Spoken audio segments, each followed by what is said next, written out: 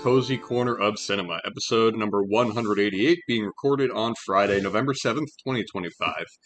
I hope you all are doing well. I'm sitting here with the cats acting menacing, and it's great. We got one cat is laying down, looking very posh, very relaxed, and another cat is very energetic, so it's a yin and yang. They balance each other out. It's good to have that kind of balance in your life. It's good not to have all the same thing of one thing. But anyways, here we are. Hope you guys had a good Halloween. Hope you watched plenty of spooky films, or read some literature, or did something to really kind of commemorate the holiday. We are in the tail end of the year, and I know I always say that, but now we're in November, and next thing you know, it's going to be, Thanksgiving and Christmas and New Year's, and we don't want to focus solely on just those events. We don't want to be thinking about, oh, we got weeks until this, or weeks until this, or days until this. We really want to kind of take it one day at a time and really sort of appreciate it, think about the year that's behind us, and think about the next year going forward, what we want to achieve, what we have achieved. So much has been accomplished this year. There's so much to look back on, and there's so much to get done. There's so many projects that I'm just thinking of right now that I want to accomplish in the next year, and not want to put it off. Like people talk about, my New Year's resolution is going to be this, and then they want to go to the gym, or they want to start saving money, or this or that, and they by X amount of time, they're like, well, I'll get it next year. And I always say, forget about all that. Forget about those New Year's resolutions. Just do it now. If you want to start, getting healthier, or learning a certain skill, or doing anything of the sort, just do it now. Time's not going to wait for you. You gotta do what you gotta do while you still have the time to do it. But anyways, here we are. The cat is falling asleep. The other cat's eating. So that's great, man. That's very cool. I got the hot cup of coffee here, just about finished with this water, so hopefully I can get through this without having to rehydrate myself and get up and pause it. But enough about these spatial surroundings. We're going to briefly talk about one of two Richard Linklater's new films this year. He has two theatrical films coming out, one of which is for Netflix. The other, I don't know if it is or not. But two different kinds of films. The one I'll be talking about first, well, I should say the only one I'm talking about, because I haven't seen the other one yet, is Nouvelle Vague. And the other one, which actually at the time of this recording, I am seeing in a few hours. But this episode was already kind of behind, so normally I talk with them back to back. But maybe if that one's worth mentioning, I'll bring that up. But Blue Moon is the one that I will be seeing later today.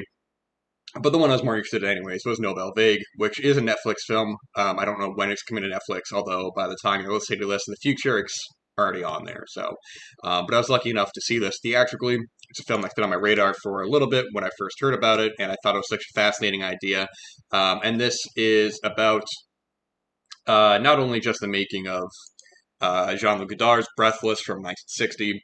It's also a big love letter to the French New Wave, a lot of the filmmakers and writers and actors who came out of that era, made tons and tons of great films. It's also a great calling card to everyone watching this to go out there, pursue whatever it is you want to pursue. Do not wait for anyone or anything else. Don't let anything or anyone stop you in making the art that you want to make. So we have a lot of actors in this whom I wasn't totally familiar with, which I think is a benefit to this film. Oftentimes when you have a period piece, or you have a film that's meant to be at a certain time and place, maybe not necessarily a period piece, but if you're trying to convey some sort of idea of these characters, when you have a lot of recognizable actors, I think sometimes that can hurt it a little bit. Like if you're making making like a fake silent movie, an example I'll give, I guess, I'm not dogging on the film, but it's a film I'm admittedly not a fan of, which is The Artist from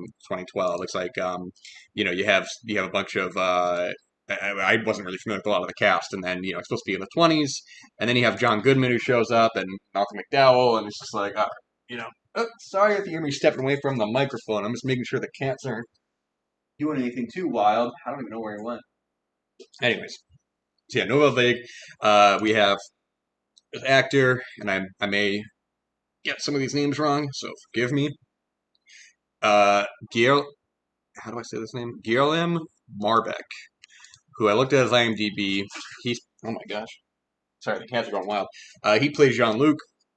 He's done a couple of films before this, or he's done actually this might be his feature debut. He's done two shorts, and it looks like he's primarily on here, second unit.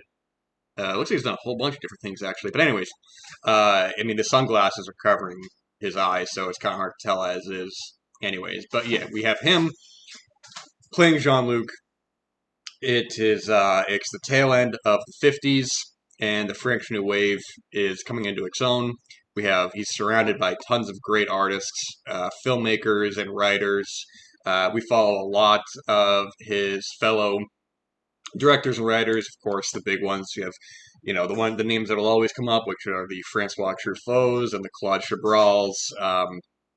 But throughout the film, we see, his evolution from the Cahiers du Cinema to wanting to make his own film. At this point, before Breathless, he'd already made a couple of shorts, and I think I've actually seen those shorts. I've seen at least one or two of them, and the name, of course, I'm blanking on. But I remember a while ago, looking at his early shorts. I don't know if I've seen all of them or not, but the evolution from him to making Breathless, a very loose sort of directing style of him kind of going with the flow, letting the film kind of unravel itself. And of course, there'd be plenty of, a lot of filmmakers who have that sort of style, just kind of like letting things, not necessarily improvise, but it's sort of like whatever happens, happens, not being worried about stuff like continuity or not being worried about, if the shots aren't perfect or not. Jean-Luc is very much like get the shot and get out sort of thing, especially when you're in a situation where you are, you're illegally filming where you're not supposed to be. You get in, get out. And Godard is one of those filmmakers who is, from my own work, I've considered him a very big inspiration. That idea of just getting in and getting out, getting those shots, and then really him and I look at him as an inspiration when it comes to my filmmaking. That I look as well as somebody on the other end, someone like Giuseppe Andrews, who his sort of really wild humor and his quick kind of filmmaking of just like it doesn't like him. I remember in that documentary Giuseppe Makes a Movie, which is the highest of recommendations. And people talk about the great filmmaking documentaries, and people talk about American Movie, which is of course a great film, but I think Giuseppe Makes a Movie also belongs in that conversation. But a lot of what Godard says and a lot of what Giuseppe Andrews says is inspiring my own work of just, you know, forget about the continuity. It doesn't matter. We're going to let these things breathe. They're going for two different styles here where, Giuseppe's making these films very quickly, whereas Godard is just not concerned. The reality on screen, it does not matter in terms of what's happening in real life, It doesn't matter, and I've always been of that mindset, because that's kind of where my own filmmaking goes into. It's funny at the time at the time I'm recording this, I'm in the early stages of a more ambitious kind of project. But it's funny watching this film, and on top of just already being a fan of Godard's work, and of course all these just terrific filmmakers, it's great. They even had one of my maybe it's hard to even say a favorite. I love these filmmakers' work for different reasons, but Eric Romer pops up briefly in the film, and it's funny. Whoever they got to cast looks like identically like him, and I was like, when he popped up, I was like, man, that you you could not have asked for a more looking guy for Eric Romer. And that actor I'm not familiar with, Tomei Tulin. I'm really not familiar with him. Uh, I would say for the most part as well, a lot of the casting in this is pretty spot on. There's only a couple times where it looks a little questionable, but whatever. They don't have to look like the people. I just saw the Springsteen movie, and Jeremy Allen White doesn't really look like a young Springsteen, but he does a good job in performance. But what I was saying before is that um, when it comes to like the filmmaking style, let me get a sip of this coffee and I'll go into it. I apologize, I'm kind of rambling now, but I guess that's the show at this point. We're almost 200 episodes in, you know. But the kinds of films I make, I want to make them very much where you're not. It's very. There's a lot of movement in it. There's a lot of like it's fun. I'm trying to make something to entertain. And whether you like or dislike it, that's your prerogative. But it's sort of like when I make my kinds of films, I have a certain kind of tone in mind, a very very quick, kind of very silly sort of tone where continuity, shot composition, if there's a mistake, to me, it's not intentional, but I think a lot of that can add to the film as well. And I remember, and I like to make these films, I make them like not necessarily quick, but I'm not, I'm watching this film and he's going like, okay, we only need this one shot. We don't need 30 takes of this. And I'm like, that's and like Giuseppe makes a movie. I've always been the same way. I'm just like, yeah, we don't need 30 takes. We get the shot. We have things to do. We have shots to get. If you're time is money, and it's sort of like I'm not trying to dilly dally around all this. There's certain kinds of films. Obviously, you're trying to get like a different kind of film. That's one thing. It all depends on the kind of film that you're making. I can only speak for myself, but in my experience, the one time I did work on I guess, professional film set, um, was kind of an eye-opening experience where I think I worked from like 5 p.m. to like 6:30 a.m., maybe even earlier, 4 p.m. or whatever. And I was there, and I was just like, man, there's so much time just being wasted, of just sitting around, of just we getting 10 takes of something simple, of just milling around, just people standing around and all that. And I'm standing there thinking like, and I'm extremely grateful for the experience. I'm not, everybody was very nice. I'm obviously not, not saying anything derogatory, but I was sitting there like, man, and the time it's taking to get this one shot, I could have gotten half of a project done at this point. And then by the time we were done, I'm like, man, I could have had like a film or two in the can at this point. Maybe not two, but I could have had like a film in the can because everybody's, when I'm making my films, I'm fully aware everyone has responsibilities. They have their own responsibilities. If they're taking, if they're taking a conscious effort, whether it be my acquaintances or my girlfriend or anyone, they're willingly giving me the time to partake in something that I want to make, and I'm not going to waste it on them. I'm not going to dilly dally. I'm not going to, just meander and milling around.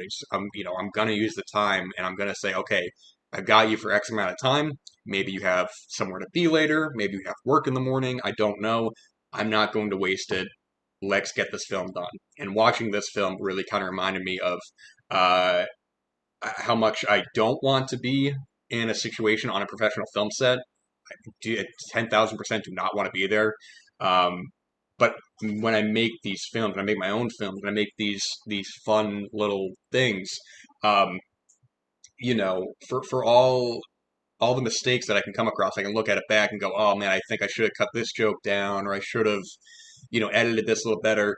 It's the process of getting together with my acquaintances and, being the one to be like, okay, this is a certain tone, but it's also like, I don't want you to worry about the small details. I don't want you to worry about your flubbing your lines, or this is not, I'm not just, I'm putting my own money into this, but this is not $100 million production. This is something that I want to make because I want to, if people enjoy it and they find it funny, that's great. But if not, it's sort of like I like this idea of this sort of communal experience of if people sitting down and watching a film and getting something out of it. And this film really kind of brought that to life of sort of just don't worry about the small details, just go ahead and do it. Now, I've always kind of been more interested in maybe films about making films where it didn't end up good or it didn't end up great. I keep referring back to Blood, Boobs, and Beast, the Don Dohler documentary, and I haven't seen any of Don Dohler's films. I actually just recently picked up Night Beast, and I'm not saying any of those films are great, but I'm saying because I can't say for sure whether they are or aren't. But in those films, those are yeah, they're cult films, but they are lower budgeted. It's sort of like you'd look at a film like Hearts of Darkness. It's sort of like, okay, through all the trials and tribulations, you're still making a masterpiece. I don't know if it's a documentary, but I'm just saying I kind of like the idea of more so the idea of like you're putting in all this effort and it may not pay off, but you're still putting it in there nonetheless. I'm actually kind of surprised no one's made a narrative, a theatrical film about the making of Heaven's Gates. There's so much document there. I recently watched like a TV documentary about it, narrated by Willem Dafoe, and it was a good.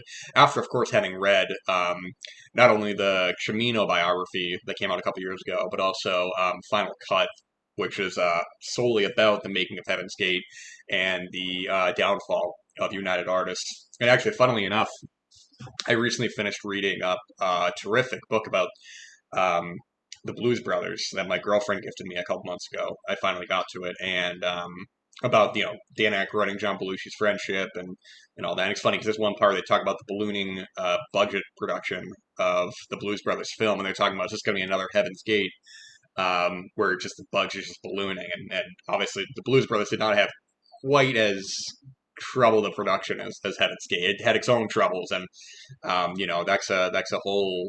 literally a whole book in and of itself. But even though that film maybe not was not immediately recognized um, critically positively, it's still now we can see it even not too long after as a cultural sort of phenomena. This the Blues Brothers more so than Heaven's Gate, where I think more people now have seen and know of the Blues Brothers, have seen the film or know about Aykroyd and Belushi than they have Heaven's Gate. But anyways, I'm getting so far off the point. And didn't I say I was going to briefly talk about this? And almost halfway through the episode. Well, there we go. I'm noticing this cough. We'll talk about it some more. But like I said before, I think it was a smart choice not to have a lot of recognizable actors and actresses. I think the only one that I imagine intentionally, which I think I actually may have read was intentional, was they have Zoe Dutch. Is it Dutch or Dutch? I don't know how to say her last name. She plays Jean Seberg. Jean Seberg, sorry. And, excuse me for a second. And I've seen her in quite a number of films. She's a good actress, and that was a specific choice to have a bigger actress in this smaller sort of production. Actually, funnily enough, I mean, she's been in 3 films this year. She was in this, The Threesome, and Anniversary, and she's a good actress, and she's good in this. Jean Seberg at the time, was a bigger actress. She had been in Bonjour Tristesse from Otto Preminger, which is funny. Otto Preminger is kind of known to be a very difficult and cruel director to work with. And actually, funnily enough, when I was reading that 2001 book, Keir Dullea talking about how different of an atmosphere the set was on 2001 than it was from Bunny Lake is Missing, which is also a good film. And actually, Bonjour Tristesse is also a good film from I forget, 56, 58. Man, actually, she did a good film later that Vinegar Syndrome put out called The Corruption of Chris Miller. And Jean Seberg as well had an interesting life. They made a film about her with Kristen Stewart that I really didn't think was very good. I thought it was pretty messy, honestly. But she's somebody who has a very fascinating life, sort of her involvement with the CIA going after her, and really kind of tragic, sort of died very young, and that's a very interesting story, and I think there's probably a good film in there somewhere, but I wasn't really a fan of the Chris Stewart one. But she's very good in the film. She's sort of she's very on the fence about a lot of it. She doesn't really know, you know, going from Preminger's very hardened style to Godard's very relaxed sort of style of just being like, some days, the script is not fully there, so I'm going to go home and work on it. I'm going to sit here. I only want to work 2 hours a day and sort of like that. And it all comes together and makes its own, ends up making its own thing, because Godard's films are so different than Truffaut's films, having that same sort of style. And Truffaut is so different from Revenge, who's different from Chabrol, and from Romer. I think it's all these really great, talented artists making their own distinct work all at the same time, as well. But having the same sort of style. But you can watch any of Godard's films in his premiere. I'm talking about for all of these in their premiere, because even Truffaut, after a certain point, went off to start doing um, more. I don't even want to say traditional in a bad way, because it's definitely not, but traditional in a way where his later work, like The Last Metro, and those kinds of films, they feel obviously very different than his earlier work, as they should. Um, but they even have like Suzanne Schiffman as a character in this, in a small role, and she would end up writing a handful of Truffaut's work. She did like Day for Night and The Manual of Women, Love on the Run. Actually, I'm sorry, I don't think she wrote Love on the Run. The Last Metro. She'd been involved in Truffaut, and it was good seeing her with it. And they have a lot of they have like little blurbs in the film of like who the different people are. So they'll have like Jean-Pierre Melville in the film, and they'll have like Agnes Varda and Jacques Demy. So it's fun. I mean, if you don't know these filmmakers and you don't know, like, you're not familiar with this era, then it doesn't really matter. I mean, this could be anybody, but and it doesn't feel like I don't want to say, not even fan service in a way. It doesn't feel like that. It just feels like, because these people are so intertwined with each other, they all just feel naturally in and out of the same kind of time. Like, they're making their films. They all know each other really well. And actually, you can even make a film about the kind of falling out of the Godard's friendship with Truffaut. That book that I read that's actually across the room that I won't get, but that was a really solid book. They really kind of explored the complexities of Godard as a person and sort of a very difficult person overall. You know, the straying away from the new wave and his relationship with the actress whose name I can never properly say. Um, gosh, I might have to pause for a second because I don't want to spend too much time looking for it. It's give me one moment. I'm not going to pause it because I have it right here. It is Anne, and I always say this last name incorrectly. We we as Mesky. Yes, I don't know, but their relationship after they had a falling out, after he had a falling out with Anna Karina, and yeah, I mean that they made actually a film about their relationship. I believe I don't know if it was solely about their relationship, but later on called the Godard Mon Amour. Which is funny because Dar actually, I forgot what quote he said about that movie because he passed away a couple years ago. I can only imagine what he would have thought of this film, probably very negatively. Um, but yeah, I wanted to see that film as well. Actually, that was Louis Garrel, who I think is a really solid actor. He played Godard in that. Stacey Martin, who's great as well. She's playing Anne, so that'll be watched at some point. But yeah, he had some quote about that. That was like the movie is pointless and stupid or something like that. Um, but yeah, no, I mean, Nouvelle Vague, it's a love letter to the era without being overly indulgent. And it's just a love letter as well to just making your own art. I mean, in this case, it's filmmaking because, these are all filmmakers and writers coming together to make this project. But sincerely, whatever it is, I enjoy watching, films or documentaries about people who are actually, who are passionate about something, whatever it is, whether it's filmmaking, whether it's getting the high score in a video game, where it's like you have this obsessive kind of, idea of it. You meet so many people just kind of drifting through life, and if that's what they want to do, God bless them. It's not my place to tell them what to do if they're not hurting themselves or anybody else. But I like people who get really involved, who are writers or filmmakers, who are musicians, who are, poets, or people who are really into like this one thing. Oh, I love the history of, I don't know. I'm really into wine. Or I'm really into like the history of these shoes and stuff.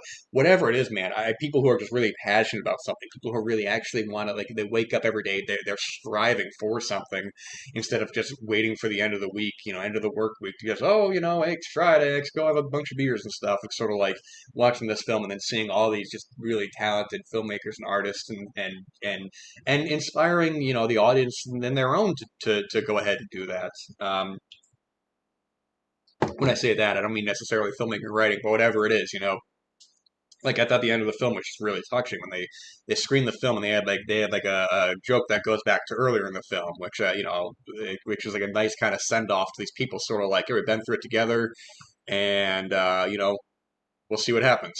And then of course, Godard ends up making all these incredible films. It's actually ironic he ends up making at least for he's one of my favorite filmmakers, and Breathless is not one of my favorites of his work. He's a filmmaker I've talked about before. It took me a little while to become a fan of his because I'd seen a couple of his. I think I'd seen Breathless and then possibly Masculine Feminine.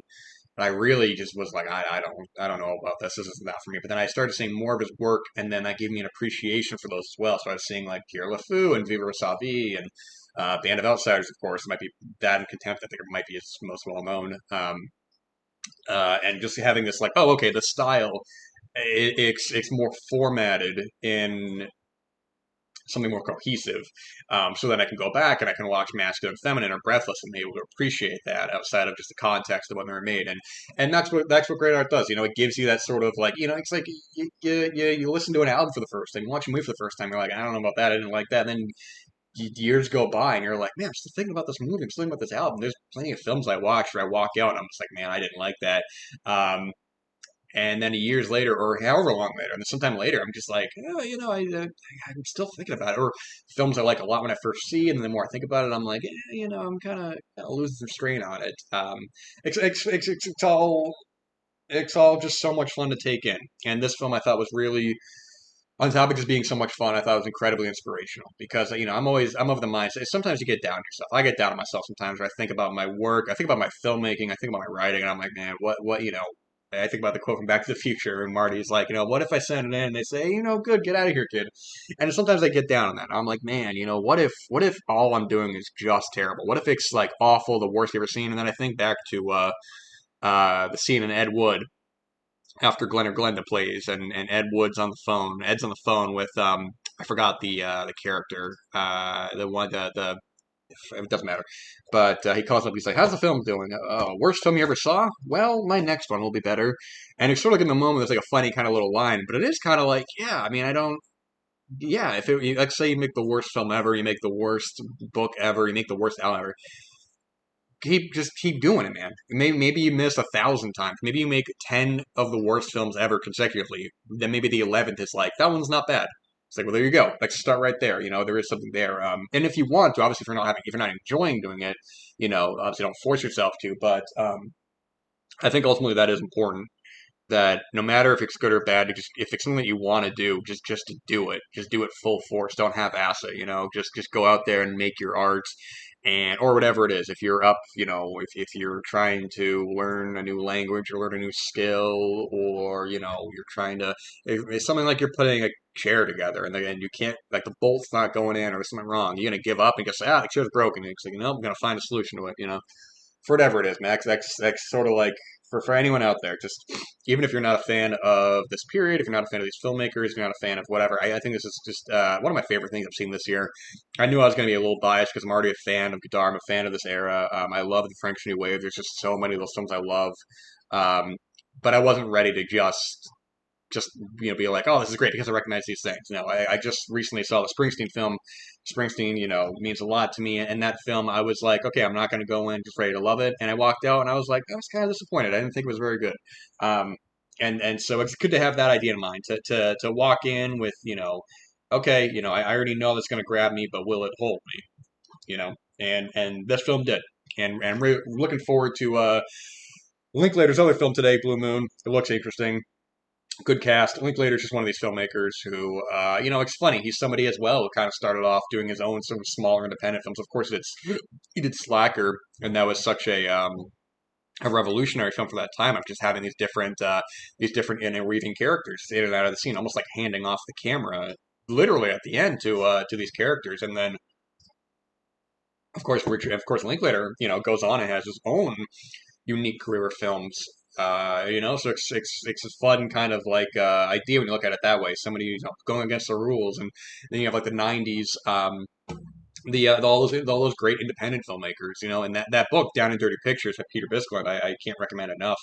Because then you have all these just really talented filmmakers coming out, of course, like, Tarantino, of course, and Paul Thomas Anderson, probably the two biggest ones, but then you have, like, Richard Linklater, and you have, like, even someone like Kevin Smith, who's, admittedly, I'm not the biggest fan of his work, but Clerks is one of those films that had just such a big impact on me in high school when I was just doing like amateur kind of like writing and stuff, and I was just like, man, he just set this all in this little convenience store, and there's these funny kind of quirks and these funny characters talking about Star Wars and talking about just sort of like like just the cigarettes and the weird people that come into the store and stuff, and yeah, it's just fun. It's a fun passing of the torch, not even passing the torch, but a fun tribute to somebody who was in their own kind of filmmaking movement. And it's funny, I recently watched Silver Bullets from 2011, and that's you can make a whole movie about the mumblecore movement, about all those filmmakers, the Mark Duplass's and Adam Wingard's and Simon Barrett, just Swanberg, Ty West, and now I'm kind of rambling off, but this episode's wrapping up. It's funny, I said I was going to briefly talk about it, and here I am, and the episode's wrapping up. So you guys have a great rest of your day or night whenever you're listening to this. At this point, you figured I would have thought of something kind of quippy to say at the end, but I haven't really got that far. I'm almost 200 episodes in, and I'm still kind of struggling to end the episode. So I'm going to finish off this coffee. You guys have a great day, and take care.